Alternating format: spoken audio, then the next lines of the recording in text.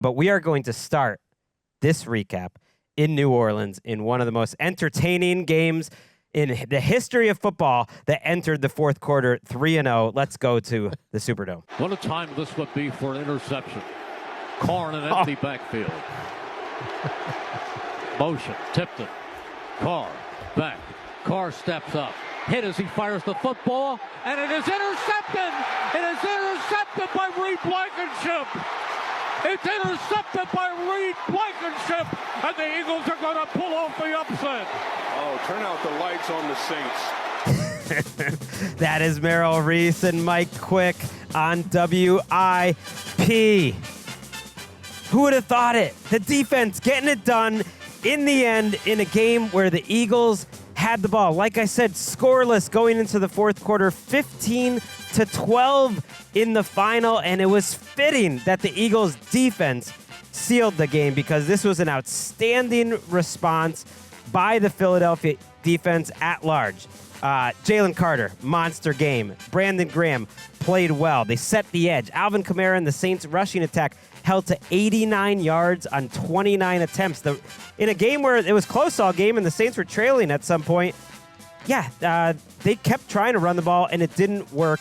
And then eventually, despite a lot of injuries, Patrick, the Eagles offense gets it done with Saquon Barkley. But to me, it was the defense who stuffed Kamara on some fourth downs, got quick pressure there on Derek Carr, and got the interception to seal the game. And that was the story of the game throughout its entirety. This coming into the game through 2 weeks of football, a top 10 offense of all time, the 2024 New Orleans Saints, where they struggled to get to 150 passing yards. The zone run, the Vic Fangio's plan to stop this zone attack with Alvin Kamara, they utilized that talent that we just haven't seen a type of performance like this from them throughout the season. They come in and they get it done in a big spot, but the only way that this happens without Lane Johnson to finish the game, without Jordan Mailata, speak on it.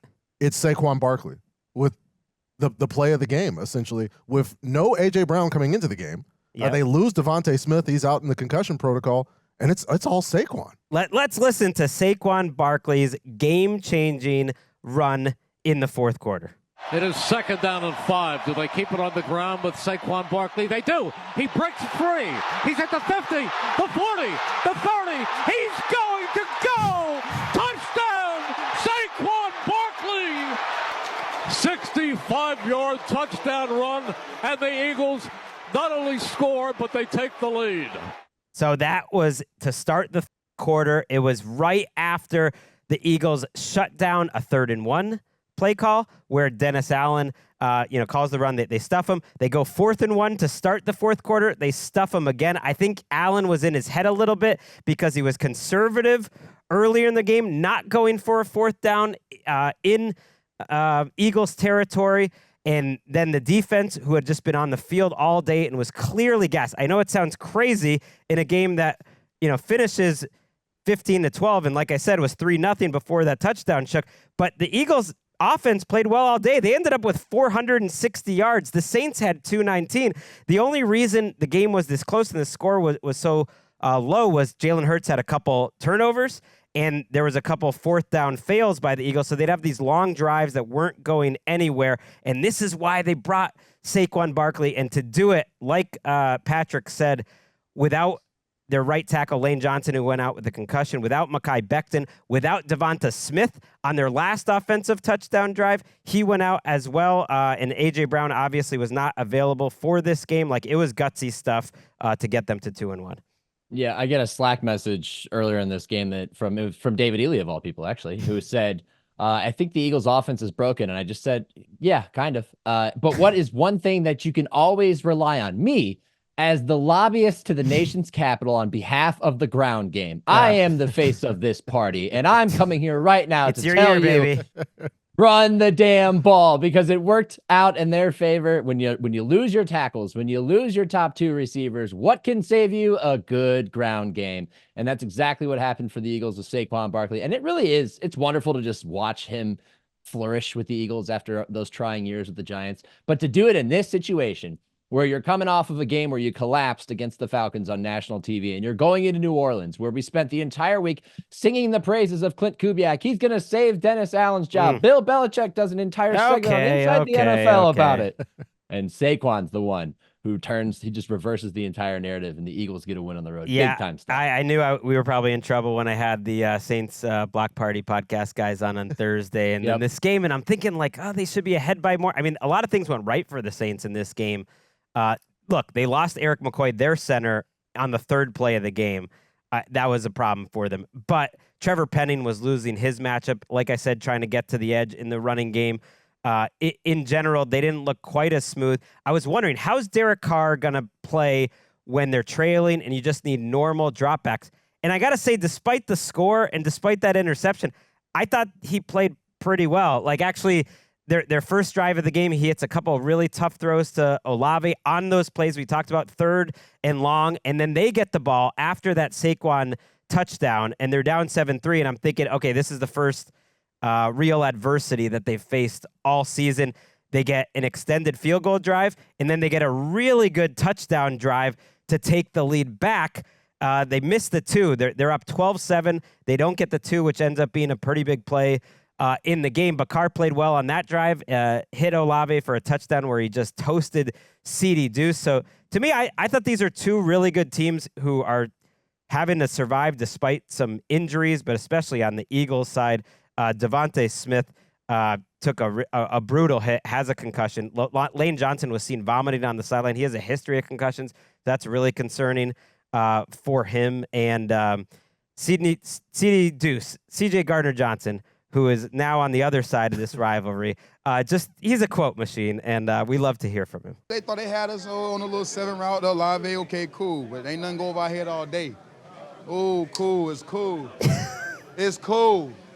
We got the best secondary, best D-line, best front 7 in the league right now.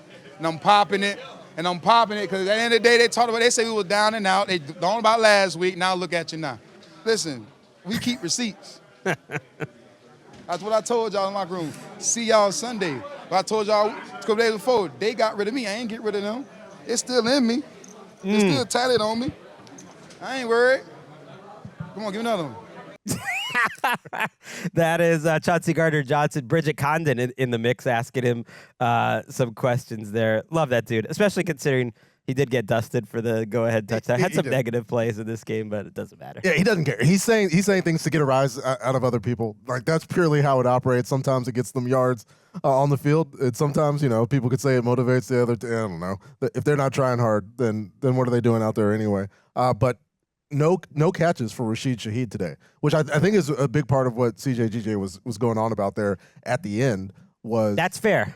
He's gotten behind everybody. He didn't get behind the Eagles secondary. Yeah, good job by Quinion Mitchell. Maybe broke up a play early that again, they got pressure on Carr, and it could have been a long touchdown to Shaheed. Shaheed couldn't take it in. Like, it was just a yard or two short.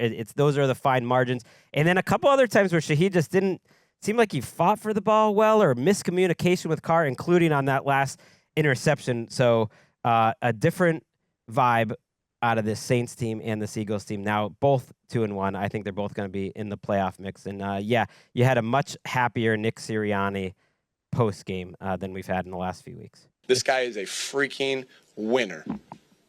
He won at Alabama. He won at Oklahoma. He won. He's been like he's been winning here over and over and over and over. And you know what? We're the Philadelphia Eagles, so we understand we're going to get criticism. But this dude's a freaking winner. Jalen Hurts is a winner, and he won today. He absolutely did. Look, the first interception by Hurts was a ball to Devontae Smith that normally would be A.J. Brown's route, I think, and he kind of got out-muscled for the ball by Tyrann Mathieu having a monster season. I actually thought Jalen Hurts did some great playmaking in this game, and we should mention that Dallas Goedert had 10 for 170. I mean, I should have maybe mentioned that a little earlier. Oh, by the way, and yeah, they had the ball a 3rd and long, I believe, or it was a long down and distance situation with about 1 minute to go, and they run a mesh pick play of their dreams where 3 Saints their safety, Howden, I believe, and Lattimore, and another player all collide, and it just opens up the entire left sideline, and Goddard goes for 61. I thought the Eagles did a nice job calling plays down the stretch of this game.